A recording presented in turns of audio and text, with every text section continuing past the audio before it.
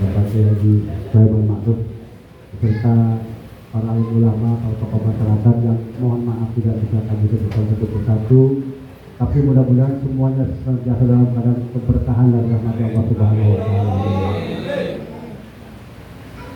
Terima kasih atas waktu yang diberikan oleh Anda Hajiudin dalam hal ini selaku moderator dalam silaturahim umatan yang temanya adalah problematika umat dan cinta tanah air.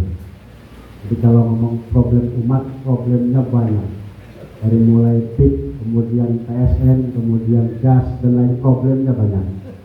Nah, tapi ada yang lebih problem, kadang-kadang cinta tanah air itu zaman sekarang kadang-kadang masalah itu Pak ya, masalahnya apa tadi, bisa diadu domba sesama kita, masalahnya bisa dicari salahnya, dikriminalisasi, kemudian bisa diancam dan sebagainya. Jadi cinta tanah air itu adalah bagian daripada kebaikan, tapi zaman sekarang ini bisa jadi masalah gitu ya. Termasuk akhirnya juga kena masalah ini Pak gitu ya. Makanya hari ini saya ingin menjelaskan saja sebetulnya. Dan kalau soal dukung-mendukung itu Al-Khairiyah saya nyatakan tegas secara organisasi kelembagaan tidak pernah ada dukung-mendukung ya. Tapi kenapa kemudian dalam beberapa waktu kita diam sejenak? Kenapa kita nggak mau terburu-buru? Kita mau melihat dari berbagai aspek, karena ini menyangkut perekonomian, menyangkut aturan bernegara, menyangkut aturan tentang kebangsaan ya. Maka kita mencoba untuk menganalisa, mengkaji berbagai kajian dan potensi yang terjadi. Sebetulnya persoalan problematika masalah itu bukan hanya PIK 2 atau PSN saja. Oke, ya. Di Cilegon itu juga masalahnya banyak. Ya. Masalah itu tadi penjajahan dengan model baru, penjarahan dengan model baru, tapi dengan baju yang dilegitimasi seolah-olah oleh aturan dan undang-undang. Contoh, di Cilegon itu ada investasi Posko Korea dengan Krakatau Steel. Ya, itu tahun 2011, kemudian produksinya tahun 2014. Tujuan awal investasi itu baik. Yang pertama mengoptimalkan bahan baku dalam negeri, yang kedua mengoptimalkan potensi pasar dalam negeri, yang ketiga memberikan dividen terhadap negara. Baik kan? Baik. Pelaksanaannya, nah ini pelaksanaannya. Sampai hari ini bahan bakunya semuanya impor, padahal bahan baku dalam negeri banyak. Sampai hari ini pasar penjualannya banyak ekspor daripada memenuhi kebutuhan pasar lokal. Sampai hari ini tidak pernah ada 1 sen pun diberikan dividen kepada negara. Alasannya apa? Ketika kita persoalkan ini namanya ganggu investasi. Ya, mereka gunakan aturan investasi. Kalau setiap investasi itu harus dijaga, harus dilindungi, harus seperti raja. Betul. Tapi investasi yang seperti apa dulu? Karena apa? Investasi itu sendiri juga diatur oleh undang-undang. Misalkan ada prinsip dan asas investasi. Itu diatur dalam Undang-Undang Nomor 25, ya, itu ayat 3 jelas bunyinya. Prinsip dan asas investasi itu harus menganut kepastian hukum, harus menganut akuntabilitas, harus menghargai kearifan lokal. Ya, itu jelas diatur dalam Undang-Undang investasi. Tapi ketika kita bicara cinta tanah air, membela kepentingan bangsa kita sendiri, saya dilaporkan ke Polda, 2 kali tadi, ya, nggak apa-apa, tapi saya ikuti aja. Nanti Kapoldanya ganti, saya dilaporkan lagi ke Polda, dilaporkan lagi ke Ketua MPR, dilaporkan lagi ke anggota DPR RI. Nggak apa-apa, saya ikuti aja. Tapi yang jelas apa, bahwa yang kita lakukan adalah dalam rangka cinta tanah air tadi. Meskipun cinta tanah air zaman sekarang ini bisa jadi masalah ketika dipermasalahkan. Kadang-kadang kan dibolak-balik ceritanya. Nah, ini mengenai kedua yang sekarang sedang menjadi persoalan di masyarakat, kegaduhan di masyarakat. Saya kira ini dalam bentuk lagu lama tapi kasetnya baru. Ya. Banten itu sudah tidak asing dengan persoalan-persoalan seperti itu. Kenapa saya ingin sampaikan ini Banjar Wangi Budi Negara, ya, boleh tanya ke Banjar Wangi. Budi Negara itu lahannya habis semua, dikuasai oleh mereka atas nama investasi, atas nama pertumbuhan industri, untuk kesejahteraan umat. Tapi ujung-ujungnya apa? Sepanjang pantai Budi Negara itu tanahnya rata-rata menjadi jaminan perbankan dan semuanya macet. Ya, dulu kita kenal perkara tentang Bapindo. Ya, Bapindo itu sampai 200 triliun ngemplang uang negara, acak-acakan uang negara. Jaminannya di mana? Rata-rata di Budi Negara. Betul, Pak Sanwari? Ya, Bapindo ingat jadi Tansil? Ya. Terus Hokiarto, kasus BLTI, itu semuanya tanahnya ada di Cilegon. Yang namanya propelan segala macam itu, semuanya ada di Cilegon. Buat apa mereka bikin HGB? Untuk dijaminkan ke bank cari duit, untuk kemudian dikemplang. Ini sisi lain yang saya sampaikan. Jadi kita mencoba untuk mengingat kembali, mereview. Ya, kenapa kemudian laut punya HGB? Besok Pak Jumpai ukur langit aja untuk bikin HGB di langit lagi. Ya. Kenapa? Seolah-olah ini pelanggaran hukum biasa. Bukan. Ini sudah damai sera, niat jahat namanya. Ya, niat jahat yang dilakukan berantai. Terus dari kejahatan bikin HGB, setelah HGB kemudian kejahatan sindikasi perbankan, dari perbankan kemudian kredit macet, kemudian uang negara dirampok. Ini kejadian ini sudah biasa di Banten. Ya.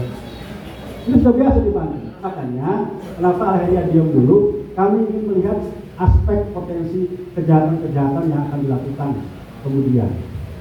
Nah, cuman kena musibah, ya musibahnya kan akhirnya ditutup mendukung. Kemudian akhirnya katanya punya masjid titik 2. Iya, ada masjid namanya Al-Heriyah, tapi tidak ada hubungan dengan masjid Al-Heriyah, kan? Ya. Tetapi dia masih bersyukur aja lah. Ya. Meskipun mungkin kita nggak sudon, ya meskipun mungkin kuatnya masjid itu misalkan hanya untuk melegitimasi bahwa di situ terjadi keberagaman tanpa adanya rasis.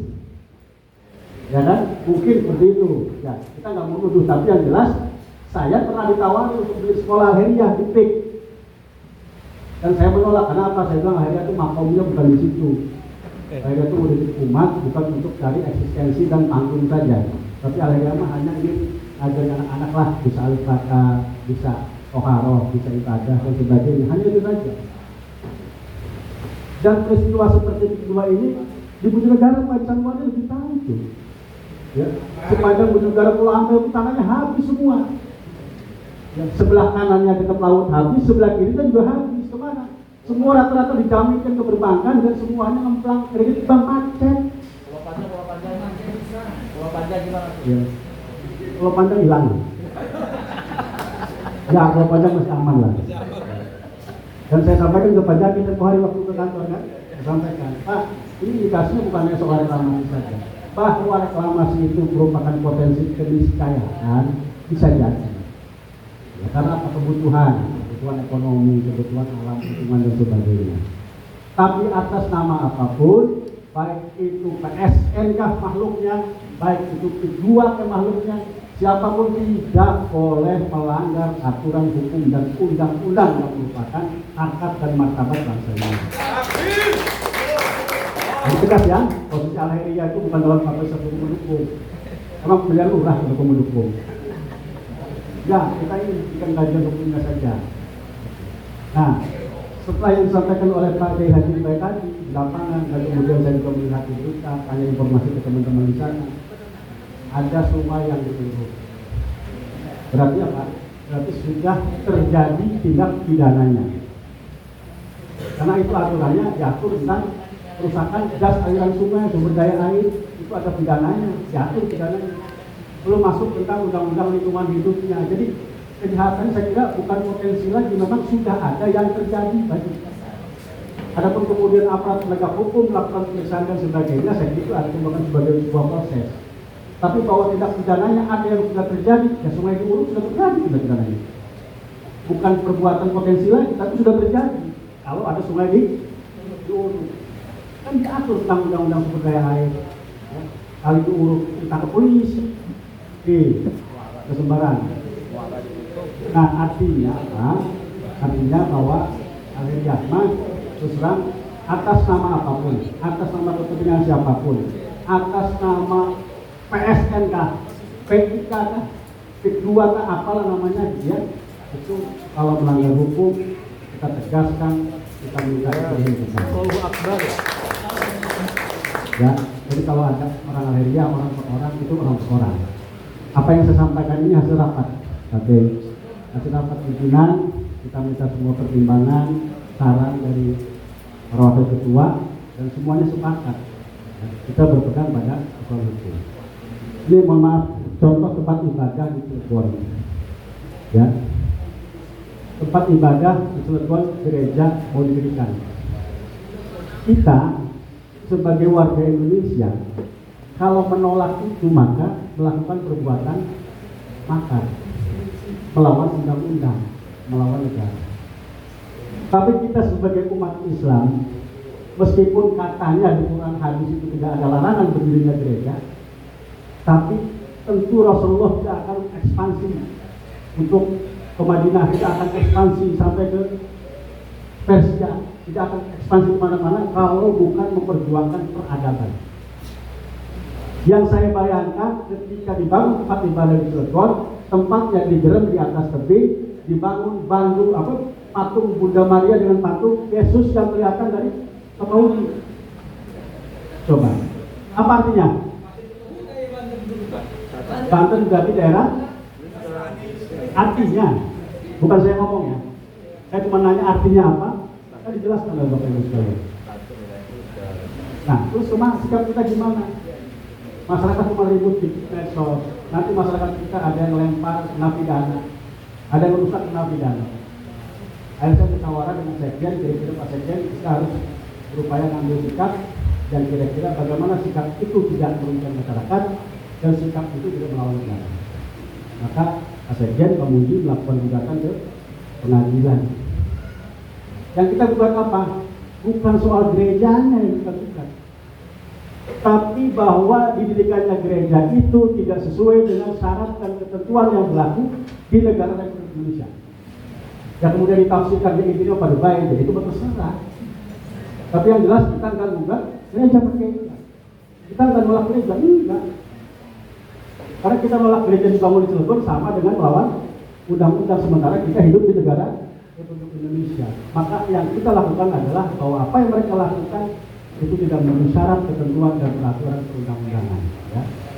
Nah sekarang kalau ngomong pemerintah, jangan ngomong maksa bikin gereja, tapi apa yang penting mau pemerintah kan, mau menteri agama, mau siapa, nggak bisa. Sampai akhirnya kemudian bersidang ya sampai sekarang tidak lagi. Nah ini barangkali contoh. Satu sisi kita cinta tanah air, tapi satu sisi ini bisa jadi masalah nih. Manakala ini dipelintir oleh kepentingan. Ya kan? Ini udah banyak isu di luar pakai ini yang lawan PIK ini kelompoknya HTI, kelompoknya FPI. Saya bilang kelompok mana tuh tidak ada urusan.